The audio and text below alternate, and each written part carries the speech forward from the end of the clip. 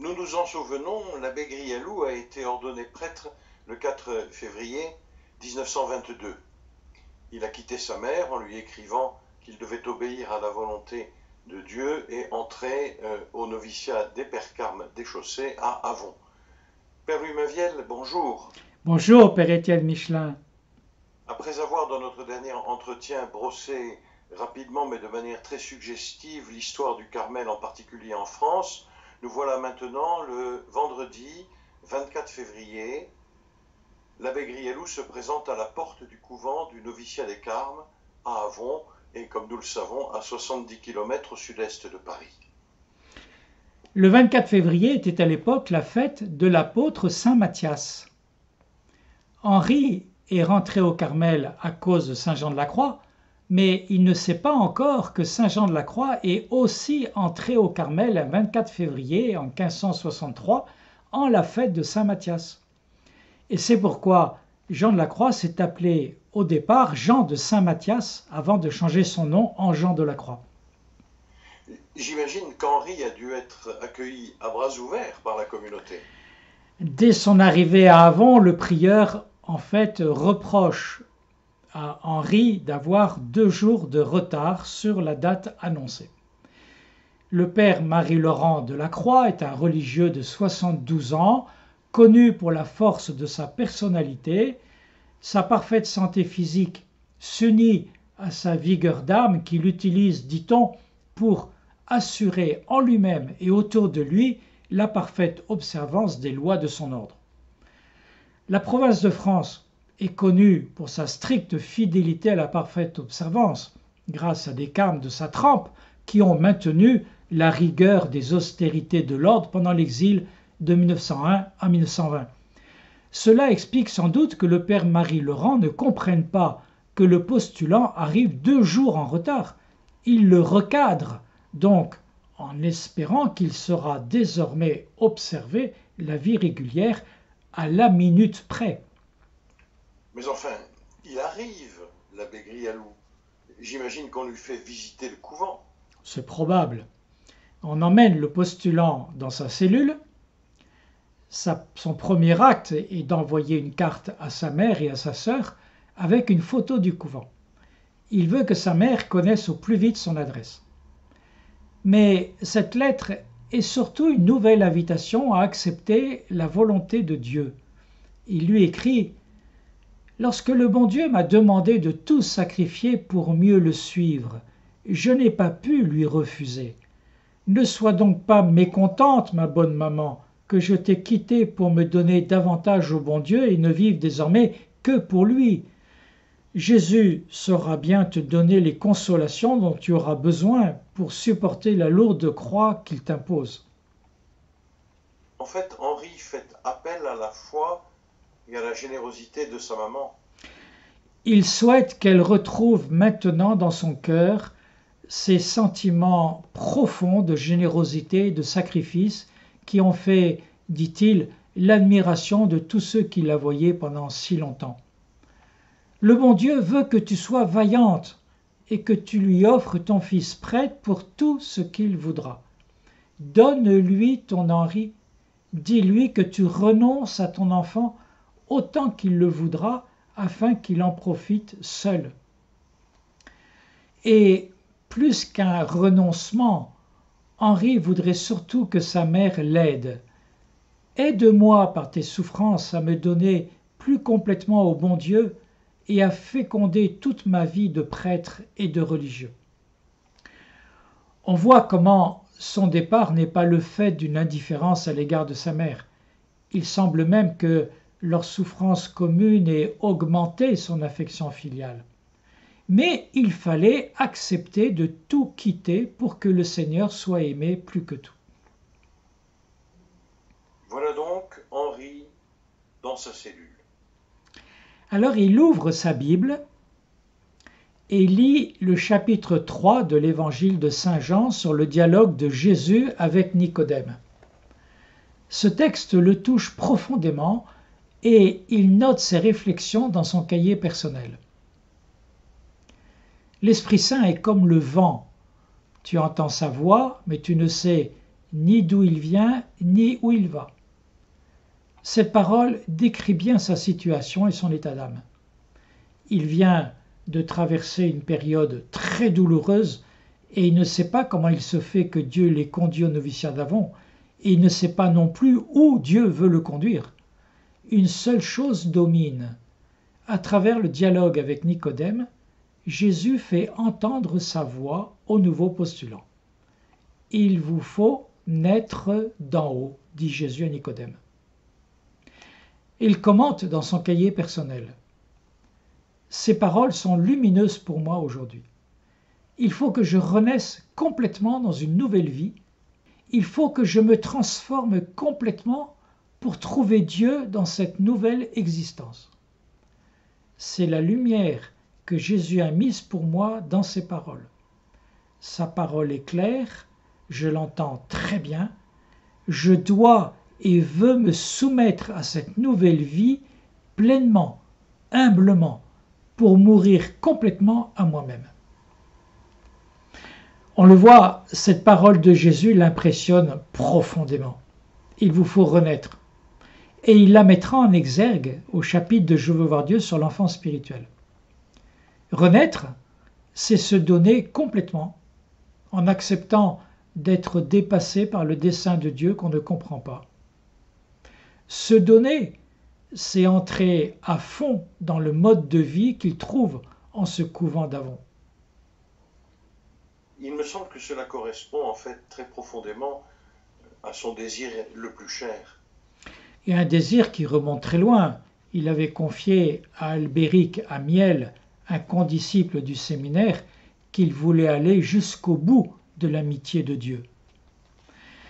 La parole de Jésus est si claire qu'elle domine ce qu'il appelle toutes les répugnances de la nature, toutes les impressions de la sensibilité effarouchée, tous les cris et raisonnements de son intelligence orgueilleuse.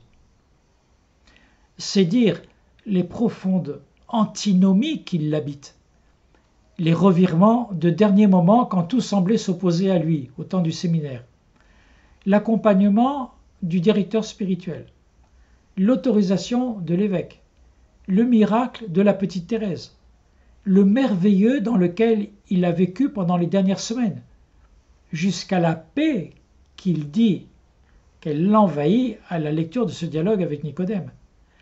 Et tout cela lui confirme qu'il fait la volonté de Jésus, et il ne veut regarder que cela malgré les répugnances, l'obscurité, la révolte de tout son être face aux oppositions rencontrées, aux arrachements imposés, à l'ambiance même du couvent qu'il devine dès les premiers contacts. On parle de paix qui l'envahit, mais enfin, quand même, tous ces sentiments ne semblent pas favoriser vraiment la paix intérieure. C'est précisément cela qu'il appelle antinomie. Et il écrit à Berthe « Je sens en moi la grande paix de Jésus et cela doit dominer tout le reste. » Vous voyez, il y a la paix et il y a tout le reste. D'ailleurs, je vais m'efforcer maintenant de tout oublier pour n'être plus uniquement qu'au bon Dieu et voir tout en lui. Et dans cette optique, sa grande résolution est celle-ci, je crois donc et je m'abandonne. 4 jours après son arrivée, Henri est admis dans la communauté. Il va recevoir un nom de religion, comme on dit. Alors, on lui permet de choisir son nom religieux. Et il va choisir de s'appeler frère Marie-Eugène de l'Enfant Jésus. Et il explique son choix. Marie, c'est le prénom de la Sainte Vierge. C'est aussi celui de sa mère. Marie-Eugène, c'est le nom de la prieure du Carmel de Rodez, ce qui montre l'influence considérable qu'elle exerce sur lui. Elle fait partie, dit-il, de ces carmélites qui sont de véritables saintes. Et il écrit dans son cahier « Jésus m'a fait une grande grâce en me mettant en relation intime avec de véritables carmélites bien imprégnés de cet esprit du Carmel primitif dans toute sa force et toute sa tendresse. Je dois donc vivre dans le commerce intime de ces grandes carmélites pour prendre l'esprit du Carmel, m'en imprégner, y puiser des impressions profondes et des directions pour toute ma vie de carme. Marie-Eugène. Et dans son nom, il n'oublie pas la petite Thérèse. Il ne peut pas la nommer explicitement puisqu'elle n'est pas encore béatifiée, mais il y fait allusion en s'appelant comme elle de l'enfant Jésus. Et il précise qu'ainsi, ils sont frères désormais complètement. Marie-Eugène de l'enfant Jésus. Une fois admis dans la communauté, que fait-il? Dès qu'il est admis en communauté, il fait une retraite de 8 jours pour se préparer à sa prise d'habit. Il est presque complètement isolé, même du reste de la communauté. Ce sont, dit-il, 8 jours délicieux. La date de sa prise d'habit est choisie au 10 mars 1922, de façon à ce qu'il prononce ses premiers vœux 1 an et 1 jour plus tard, parce que le noviciat doit durer 1 an complet. Donc le 11 mars 1923, qui est le 4e dimanche de Carême, celui qui invite à la joie. C'est la raison pour laquelle on l'appelle le dimanche de Laetare. Comment se passe cette prise d'habit? Ce 10 mars 1922, le postulant est introduit par le maître des novices devant la communauté réunie dans le chœur. Le déroulement de la cérémonie de prise d'habit est organisé pour signifier que le novice renonce au monde et entre dans une nouvelle vie. Il reçoit donc la tonsure, c'est-à-dire qu'on lui coupe les cheveux de manière à ne laisser qu'une couronne autour du crâne.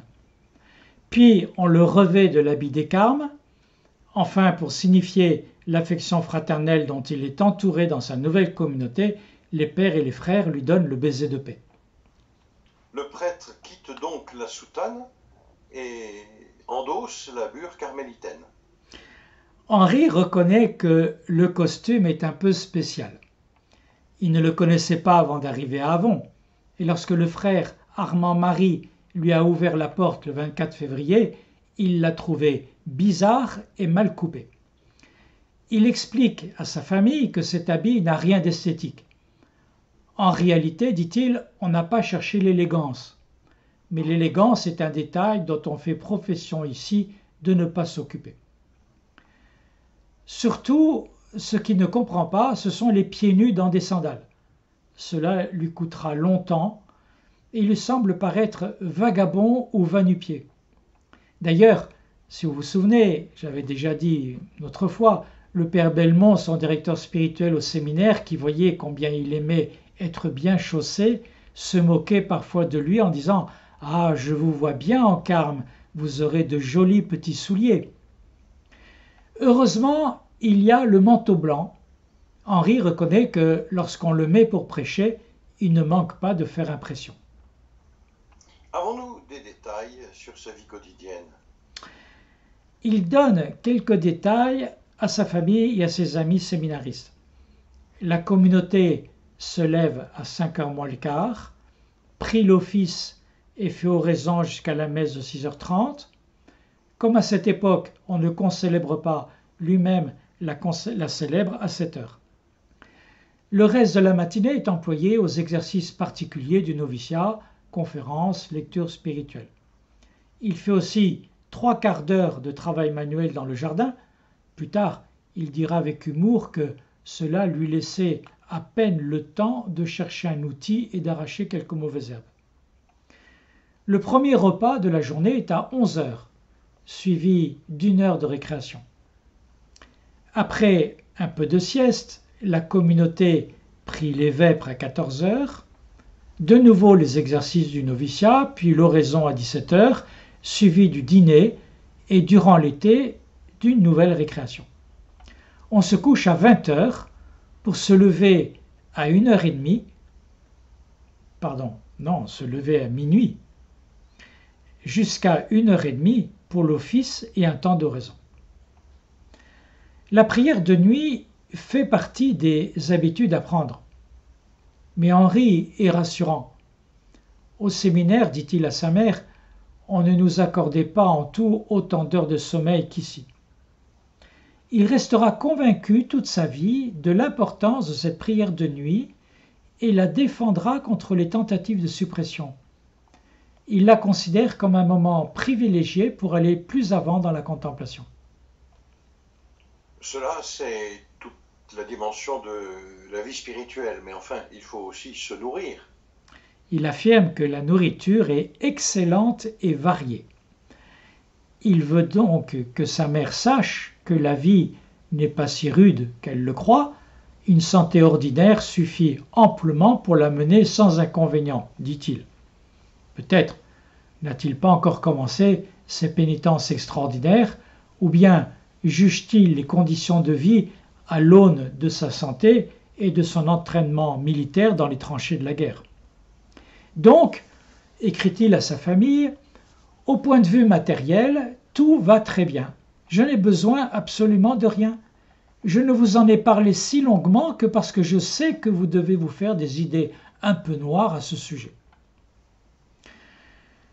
Comme la règle se résume à méditer la loi du Seigneur et veiller dans la prière à moins d'être pris par de justes occupations, tout est normalement organisé et réglé pour rester en présence de Dieu. C'est le commerce constant avec Dieu par la méditation ou toute autre occupation qui est laissé à peu près au choix de chacun. La communauté passe donc une grande partie de la journée à prier, soit à l'office au cœur, soit à l'oraison, soit dans des exercices de piété. Henri écrit à ses anciens condisciples du séminaire que l'oraison est en quelque sorte le soleil et le centre de toutes les occupations de sa journée. Même s'il y a des distractions très nombreuses et souvent presque continuelles et des sécheresses douloureuses, on se fait, dit-il, une âme d'oraison. Est-il tout seul ou y a-t-il plusieurs novices avec lui? Il est rapidement seul en formation. Un novice et un postulant l'ont précédé, mais ils n'ont pas persévéré, ce qui souligne combien la formation est rude. Un séminariste le rejoindra au noviciat 4 mois après sa propre arrivée. Ils resteront une année ensemble. Et qui est son supérieur direct, si l'on peut dire? Le père Cyprien de la Nativité, 64 ans, c'est à la fois le maître des novices et le sous-prieur. Le père Marie-Eugène dira plus tard que c'est un saint homme de la classe 1880, c'est-à-dire un fervent de l'observance du XIXe siècle. Fidèle à sa résolution de renaître en cherchant Dieu dans sa nouvelle vie, le novice se met à l'école du maître des novices avec un esprit de foi. Et pour retrouver Dieu en lui, il prend l'habitude de faire une génuflexion chaque fois qu'il passe devant la porte du maître des novices. Il lui dit tout, lui demande tout. De son côté, le père Cyprien est dépassé par les expériences mystiques de son novice.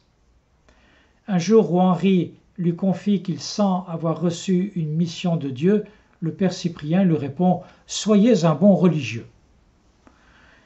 Alors le novice opte pour l'absolu qui passe par l'obéissance la plus stricte.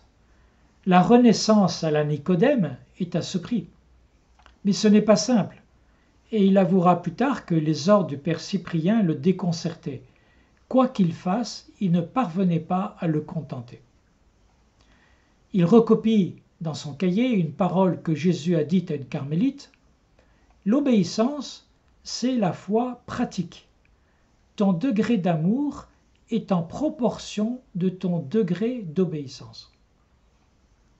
Et un peu plus tard, il explique à Berthe, la vie religieuse, la nôtre surtout, est une vie de dépendance presque effrayante.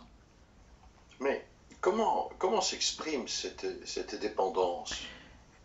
Elle s'inscrit dans les plus petits détails. Une jeune fille du patronage de la cathédrale de Rodez racontera un exemple d'obéissance qui en dit long. Le père Marie-Eugène lui a confié que l'absence de mouchoir lui avait coûté au noviciat, mais que jamais il n'en aurait utilisé un car c'eût été allé contre la règle. Et la jeune fille se rendait compte que c'était dur de se soumettre à des petites contraintes quand on avait eu des soldats sous ses ordres.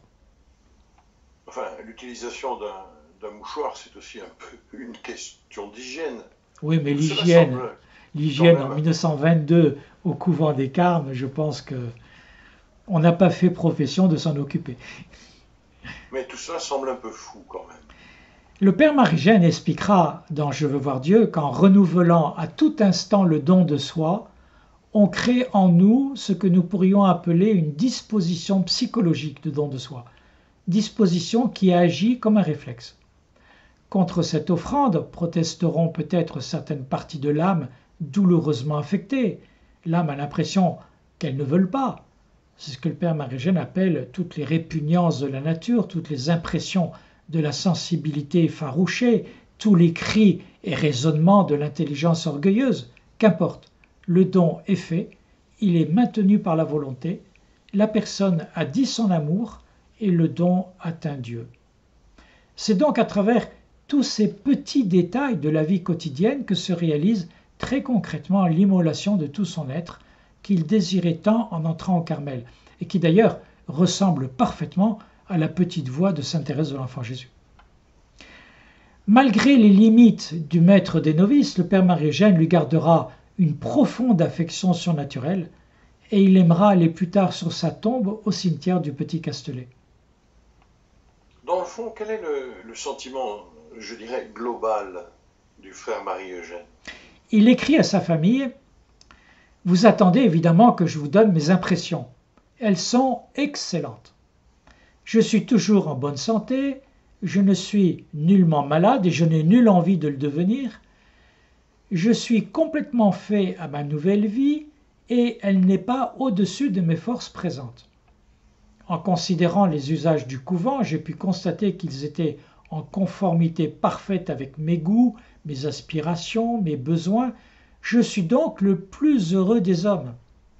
Et j'étalerais encore davantage mon bonheur si je ne craignais pas de te froisser en quelque façon, bien chère maman, et en disant ma joie, de te faire sentir plus profondément ta peine. Et il l'écrit aussi à ses anciens confrères séminaristes, « Je crois qu'il y a dans ce programme de quoi séduire, et je vous assure que plus je vais, plus les conditions générales de cette vie me plaisent. » Est-ce à cela que l'on peut reconnaître une vocation? De fait, le Père Marie-Eugène dira plus tard qu'on peut discerner une vocation lorsqu'on perçoit ce qu'on appelle une harmonie entre la personne et la vie, c'est-à-dire entre son être profond, qui inclut son histoire, son éducation, ses qualités, ses défauts, ses aspirations, sa grâce surtout, et la vie qui lui est présentée.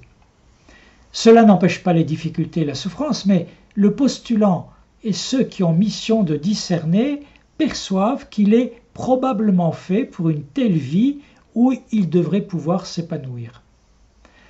Et c'est bien son sentiment, il le redit à sa mère et à sa sœur, « Le bon Dieu voulait bien que je vienne ici, j'en ai maintenant plus que jamais la certitude. Il l'exigeait et voulait nous imposer ce sacrifice. Il me l'a manifesté très clairement. Cette assurance que je vous donne doit être votre grande consolation.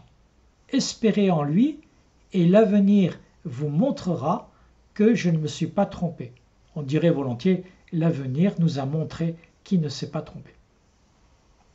Père Louis Mainviel, merci beaucoup. Dans les prochains entretiens, nous évoquerons les grandes expériences spirituelles que le Seigneur donne au frère Marie-Eugène de l'Enfant Jésus de faire pendant son noviciat, même si c'est dans le climat de souffrance et de mortifications extraordinaires qui caractérise cette époque. Il s'y est donné avec sa générosité, le Seigneur l'a comblé de sa présence et de son amour, se préparant ainsi un instrument de choix. Merci et à bientôt. À bientôt.